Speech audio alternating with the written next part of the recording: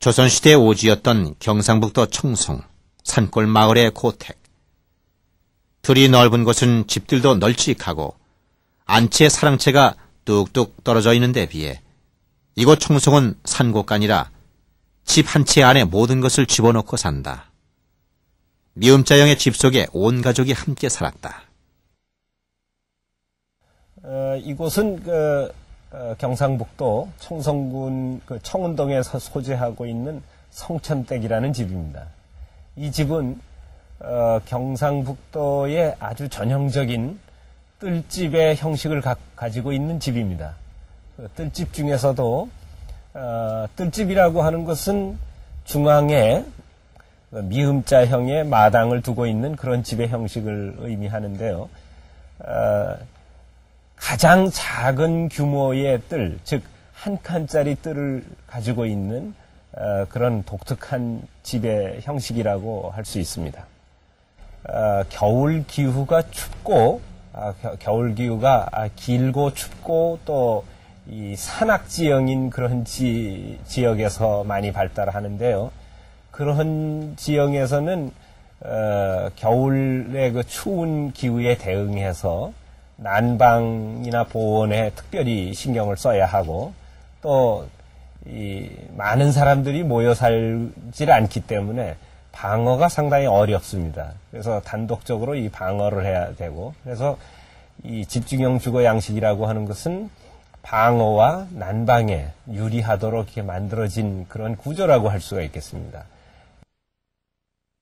여기서 보시면 외부에서 바로 가축들을 들어와서 수장할 수 있도록 이런 마구를 설치해 놨습니다. 이게 소위 외양간이라고 하기도 하고 마구라고 하기도 하는 이런 공간인데 남부지방에서는 이렇게 그 마구나 외양간을 사람들이 사는 건물 안에다 넣는 예가 없죠. 냄새가 나고 이 벌레들이 많기 때문에. 그렇지만 이런 그 아주 추운 기후나 또는 그 맹수들이 많이 사는 이런 산악 지역에서는 이 가축들의 보온 문제라든지 또는 이 위험이라든지 이런 것을 방어하기 위해서 이 안에다 집어넣고 바깥에서 걸 수 있도록 이렇게 만들어 놓습니다. 중문간을 통해서 들어오면 이렇게 그 작은 규모의 뜰이 만들어지고 있습니다. 오늘은 비가 오는 관계로 마침 또 지붕에서 떨어지는 그 낙수들이 고여 있는 모습을 볼 수가 있는데 보시는 것처럼 아주 작은 규모의 뜰입니다. 겨우 한 칸에 불과하죠. 뜰집의 개방감은 이 대청마루에서 보면은 아주 잘 느껴지고 있습니다. 대청마루에서 그 앞부분의 지붕 모습을 보면 그 미음자형으로 평면적으로 뚫린 것이 아니라 지붕이 아주 리드미컬하게 변화 있는 구성으로 만들어졌다는 것을 볼 수 있습니다. 즉, 이 좁고 폐쇄적인 내부 공간에서 또 대청마루에 앉아 있으면 이 리드미컬한 지붕 곡선을 통해서 들어오는 하늘의 그 빛과 하늘의 모양 또는 구름이라든지 그런 자연계의 현상들을 이 폐쇄적인 내부 공간에서 일상적으로 느낄 수 있다는 것. 이것이 바로 뜰집의 폐쇄적이면서도 내부의 공간의 그 개방적인 모습을 보여주는 아주 좋은 그 방법이라고 할 수가 있겠습니다.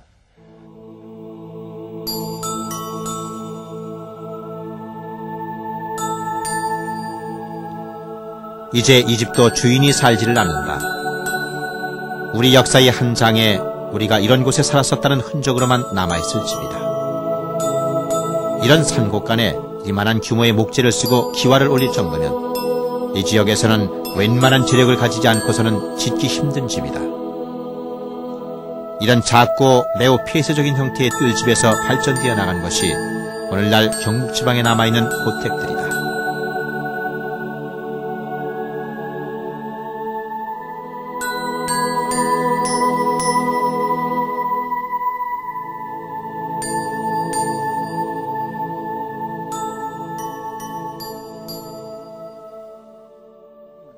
네, 이 집은 경상북도 영천시 인고면의 그 삼메리에 소재하는 집인데요.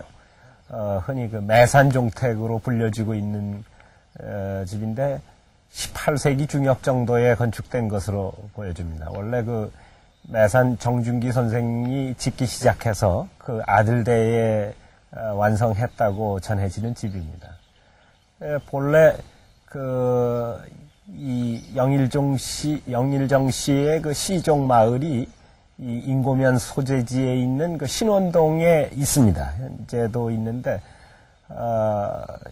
전해오는 말에 의하면 거기에 그 역병이 돌아서, 매산 선생이 이쪽에 터를 잡고 역병을 피해서 이쪽으로 옮겨왔다는 그런 얘기가 내려오고 있습니다. 그러니까 보시다시피 이렇게 아주 산봉으로 둘러싸인 좀 험한 산곡 속에 자리한 것이, 그러니까 난을 피하거나 병을 피해서 좋은 입지에 집을 마련하는 그런 조선시대 사대부들의 일반적인 태도들을 보여준다고 할 수가 있겠습니다. 이렇게, 주택의 외곽에는 이게, 흙과 돌을 섞어 쌓아서 만들고 그 위에다 기와 지붕을 얹은 이런 돌담을 두고 있는데, 원래 이 집중형 주거에서는 외곽에 담을 보통 안 만드는 것이 상례입니다. 근데 계층이 높을수록 자기의 영역을 더 확보하기 위해서 이렇게 그 담장을 쌓죠. 또 하나 특색은 이 진입 방향에서 대문이 직접 보이지 않도록 이렇게 꺾어서 들어가게 만든 것이 한국 건축의 그 일반적인 특징이라고 얘기를 할 수가 있겠습니다. 그러니까 한국 건축에서 자기 대문 앞이 외부에 직접 노출되지 않도록 그렇게 만든 방법이라고 할 수 있겠죠. 이런 대문 앞에 만들어지는 이런 공간을 우리는 고삿이라고 부릅니다. 이 고삿은 그러니까 주택에서 외부로 나가기 위한 어떤 준비 공간, 매개 공간이라고 할 수가 있는 한국 건축의 고유한 공간이라 할 수 있겠죠.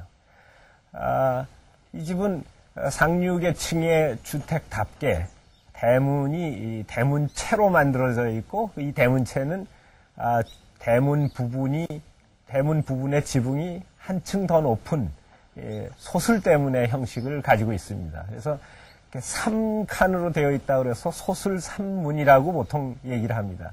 양쪽에 과거에는 이쪽에 이제 마판이라고 해서 마구가 있었고, 그 다음에 말을 움직이는 마부가 또 옆에서 살았다고 합니다. 그러니까 이 주인의 운송 수단을 이제 대문체에 겸하고 있는 그런 셈입니다.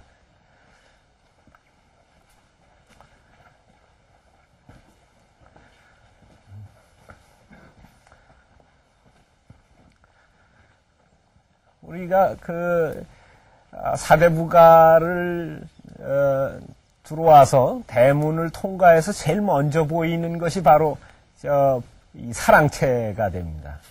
보시는 것처럼 아주 우람하고 권위적이고 또 세련되고 우아한 멋을 잘 보여주고 있는 것이 조선시대 사대부가의 보편적인 특징이라고 할 수 있습니다. 보통 경북지방의 뜰집의 경우에 초기의 뜰집들은 이런 사랑채 같은 것이 안채의 한 구퉁이에 부속되어 있었습니다. 그것은 우리가 양동마을의 서백당이라고 하는 조선 초기의 주택 같은 것을 보면 이 살림채의 한 구퉁이에 사랑채가 이렇게 소속되어 있는 걸 볼 수 있습니다.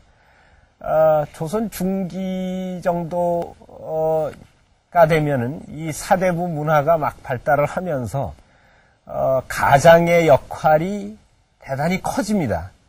그래서 작은 사랑방으로서는 가장의 역할을 수용하지 못하기 때문에 사랑채를 보다 더 넓게 하고 더 크게 하고 더 이 권위적으로 만드는 그런 경향을 볼 수가 있겠습니다. 그래서 이 살림채는 미음자형 뜰집이지만 양쪽을 이렇게 돌출시켜서 만들었다고 해서 이것을 특히 날갯집이라고 부르기도 합니다.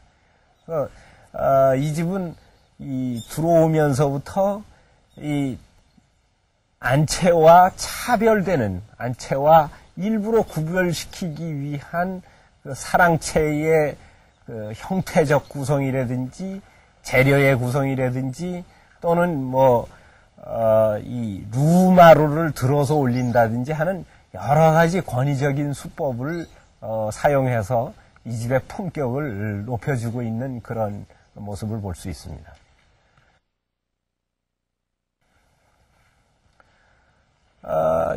일반적으로 이 사랑채는 이 동쪽 방향에 위치하는 것이 가장 상례가 됩니다. 이 동쪽이 바로 양의 방향이기 때문에 그렇고 이 사랑채와 가장 연관되어 있는 것이 저쪽 뒤쪽에 보이는 사당입니다.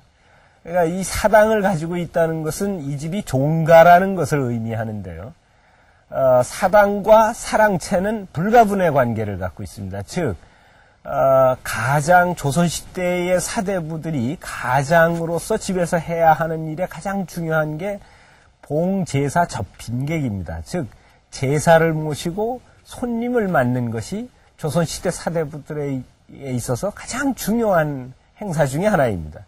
따라서 늘 그 제사를 모시기 위한 이런 관계 속에서 사당과 사랑채를 같은 방향으로 놓는 것이 가장 상례가 됩니다.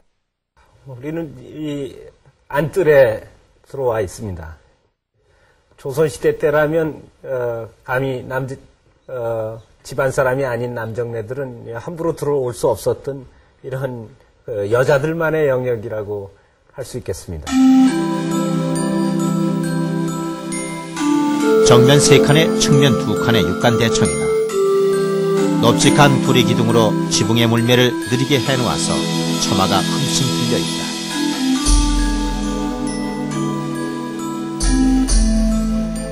대청을 중심으로 이 뜰 앞부분에는 주로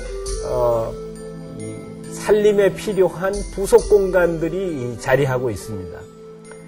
이 안방 앞으로는 이 집 전체가 사용할 수 있는 부엌이 만들어져 있고 또 이 건넌방 앞으로는 이 집의 그 재산을 전체 수장하는 이 수장고, 고방이 만들어져 있습니다. 이 집 또한 그 대청이 상당히 높고, 그 다음에, 뜰이 만들어지면서 저 앞으로 낮은 지붕이, 건물을 만들고 있습니다. 즉, 집 안에서도 집 바깥의 환경이 어떻게 변하고 있는지를 쉽게 느낄 수 있는 그러한 공간을 제공해 줍니다. 이 지붕으로 이루어지는 아름다운 곡선의 스카이라인을 만들어서 그 위에 저 바깥에 있는 그 풍경들을 이 집 안으로 끌어도 들어올 수 있는 그런 방법이라고 할 수가 있겠습니다.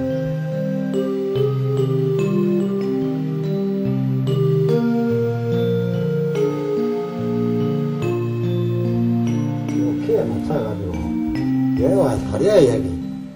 옛날에 저 뒤에 젊은 사람도 모르는데, 가르토식 하면, 다리에서, 그래서는, 딱 시키 맞춰가.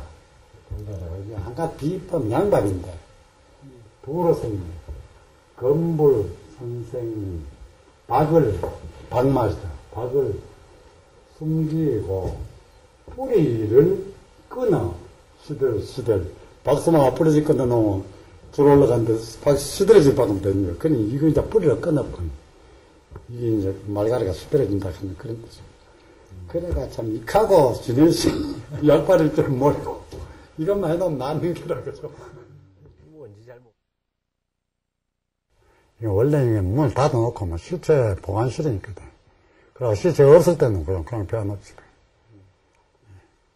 그럼 안채에서 사랑으로 갈 때도 이건 안 쓰고? 이 문은 사용 안 하죠. 이리가 여기 방 들고 다니고. 그리고 보통 이제 다 저리 다니죠. 여기 이제 고방 칸능인데, 내가 짠찌가 막 불같다. 모든 도구로 막 준비해놓고.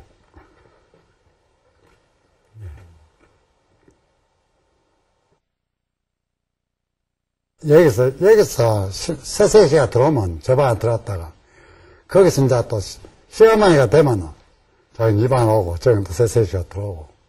그리고 여기서 이제 실조모가 되면 이 방을 내려오죠.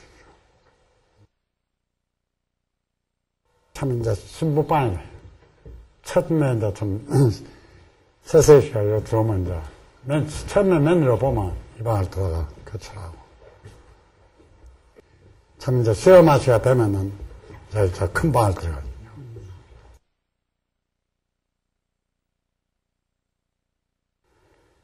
여기 들어가, 이제, 여기도 들어보시죠.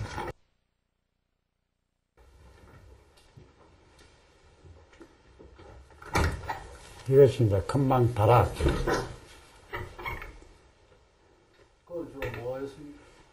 여기서는 뭐, 여기다 여기 보면 그때 음식물을 좀 많이 가지고, 큰 방 다락에.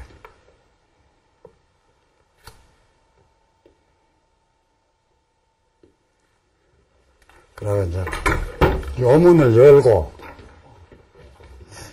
요 열고 이제, 한판 마님이 참 여기 앉아서가지고, 요 문을 열고 이제, 보통 밖에 뭐 하는 거를 이제 간섭하고, 문을 열고, 여기서 간섭을 많이 하죠. 우리가 볼 때는 네, 그래요. 여기 앉아요. 올려놔도. 여기 앉으면 다 간섭을 할 수 있거든요. 그러니까 안방 마님은 여기서 이 밖으로 한 번 나간다 하는 건 술분만 일체 안 나가시죠. 가오면 한평생에는 안 나간다 그동안. 이제 그때 참 통시 뒷간이라고 하고 통시라고 하고 통시가 바로 옆에 있거든요. 그런 내용 하시죠. 저리는 나갈 필요가 없지. 네, 1년 내에 제사를 지내. 한 달, 4대 봉사에다 그 전무치 않거든. 한 달에 제사 2번, 3번, 5대 봉사지, 불천니까지. 그러니 계속 제사지요. 제사 지내고, 손님 치는 것 뿐이죠. 한강난 일은 없죠. 사랑의 손님 그래 봐요. 손님은 말도 못하죠. 계속 한 번, 여기, 손님이 들어오면은 보통 한, 열흘에서 15일서 있는 건 보통이거든요. 손님 오면 어디서 묵죠? 저 살아가지고 앉아. 그래, 안에서는 매 그것만 치다깔 하는 게죠. 계속 손님 대접하고, 설탕과 빻아가지고 제사 지내고, 묘사 지내는 게 일이고, 손님 대접하는 거. 단 일은 그것만 하고 있어요. 딴 거 하는 건 아무것도 없고. 매산 종택의 벽면이 시커멓게 된 것도 200년 넘게 나무를 뗀 연기로 거슬린 것이 지금 남아있는 것이다. 200년의 세월은 나무도 벽도 다 거슬러 버리고 말았다. 이제는 그 속에 산 사람들마저 검은 벽처럼 캄캄하게 잊어 세월의 어둠 속에 묻어버리고 만 것일까.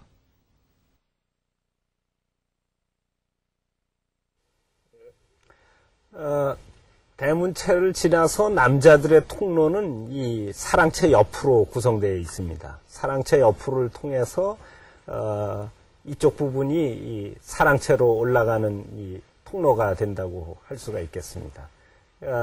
이쪽은 이제 여자들이 근접할 수가 없는 그러한 통로가 되겠습니다.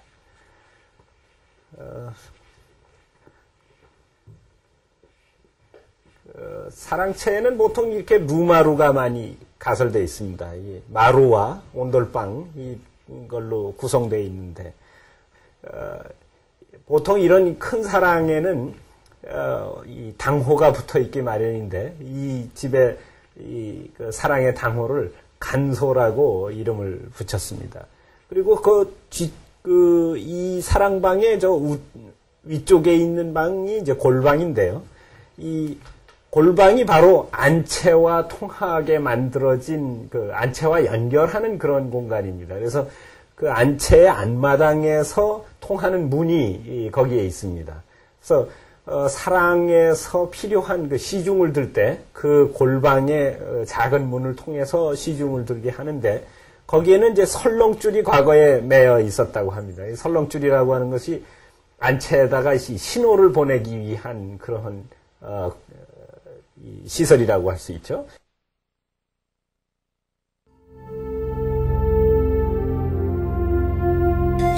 네, 지금 우리는 그 사랑채를 돌아서 사랑채 후면에는 아주 은밀하고 은폐되어 있는 공간이 만들어지곤 합니다.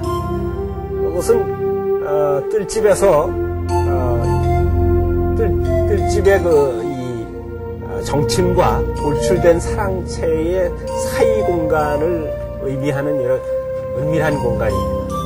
무슨 안채의 여자들이 사랑채나 또는 사당에 시중을 들기 위해서 드나든 통로의 역할도 하는데 이 통로가 외부의 남자들에게 잘 노출되지 않도록 이런 은밀한 공간을 만들어 둔 것입니다. 근데 이 은밀한 공간은 또 다른 목적으로도 사용되곤 합니다. 즉, 이 이 사랑채에 거주하는 그 장성한 아들이 자기 부인을 만나러 가는 그 은밀한 통로의 역할도 하는데요. 바로 그 문을 통해서 이 방으로 해서 이런 폐쇄적인 공간으로 해서 이 작은 방, 즉 이 집안의 그 며느리 방으로 통할 수 있게 하는 대단히 은밀한 통로입니다. 이거 보시면 알겠지만 남들의 시선이 닿지 않도록 폐쇄적인 형식의 그 공간을 만들고 있는 것을 볼 수 있습니다. 우리가 이 땅에 사는 한 버릴 수 없는 것이 바로 우리들의 집이다. 내가 태어나고 아버지가 태어나고 할아버지가 태어난 곳이다. 그리고 그 모두가 자취를 남기지 않고 사라지면서 손자와 손손자에게 그 삶의 양식을 남겨놓고 떠난 집이 바로 오늘날의 우리들의 집 한옥이다. 그냥 보면 나무요 흙이요 돌일 뿐이지만 우리 어른들은 지극한 생각을 가지고 집을 건사했다. 그 속에서 좋은 심성이 길러지길 기원했다. 할아버지 아버지가 떠난 고향의 집 한옥. 아침 저녁으로 기둥 어루만져줄 사람도 가고 작은 안부사 외줄만이 창방에 걸려 황량한 삭풍에 흔들거리는 고향의 집.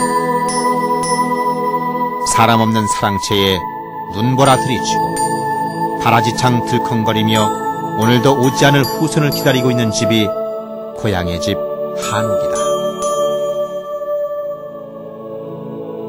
석갈에 썩어가는 세월을 한탄하고 있을 고향의 고택은 이제 우리들 기억 속에 하나 둘 잊혀져 가고 무심한 세월 속에 박제되어 남겨질 뿐이던가.